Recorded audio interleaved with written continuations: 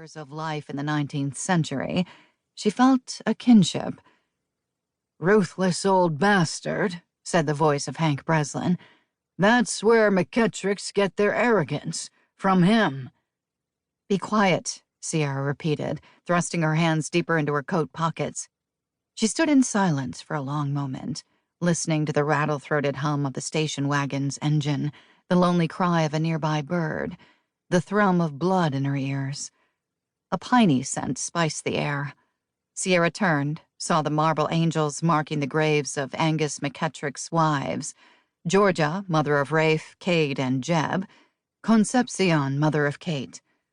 "Look for Holt and Lorelei," Eve had told her the last time they'd spoken over the telephone. "That's our part of the family." Sierra caught sight of other bronze statues, smaller than Angus's but no less impressive in their detail. They were works of art, museum pieces, and if they hadn't been solidly anchored in cement, they probably would have been stolen. It said something about the McKettrick legend, she supposed, that there had been no vandalism in this lonely, wind-blown place. Jeb McKettrick, the youngest of the brothers, was represented by a cowboy with his 6-gun drawn, his wife, Chloe, by a slender woman in pioneer dress, shading her eyes with one hand and smiling. Their children, grandchildren, great, and a few great-great-grandchildren surrounded them, their costly headstones laid out in neat rows, like the streets of a western town. Next was Cade McKettrick, easy in his skin, wearing a 6-shooter like his brother, but with an open book in his hand. His wife, Mandy, wore trousers, a loose-fitting shirt, boots, and a hat, and held a shotgun. Like Chloe, she was smiling. Judging by the number of other graves around theirs, these two had also been prolific parents. The statue of Rafe McKettrick revealed a big, powerfully built man with a stubborn set to his jaw. His bride, Emmeline, stood close against his side. Their arms were linked, and she rested her head against the outside of his upper arm. Sierra smiled. Again, their progeny was plentiful. The last statue brought up an unexpected surge of emotion in Sierra. Here, then, was Holt, half-brother to Rafe, Cade, and Jeb, and to Kate. In his long trail coat, he looked both handsome and tough. A pair of very detailed ammunition belts crisscrossed his chest, and the badge pinned to his wide lapel read Texas Ranger.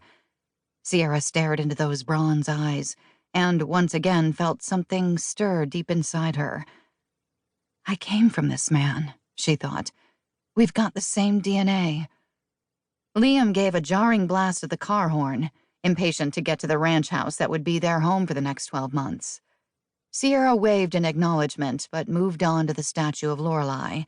She was mounted on a mule, long, lace-trimmed skirt spilling on either side of her impossibly small waist, face shadowed, not by a sunbonnet, but by a man's hat.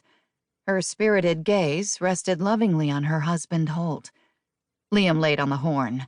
Fearing he might decide to take the wheel and drive to the ranch house on his own, Sierra turned reluctantly from the markers and followed a path littered with pine needles and the dead leaves of the 6 towering white oaks that shared the space, heading back to the car. Back to her son. "Are all the McKettricks dead?"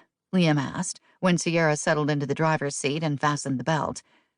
"No," Sierra answered, waiting for some stray part of herself to finish meandering among those graves, making the acquaintance of ancestors, and catch up.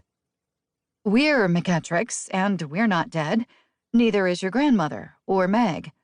She knew there were cousins, too, descended from Rafe, Cade, and Jeb, but it was too big a subject to explain to a 7-year-old boy.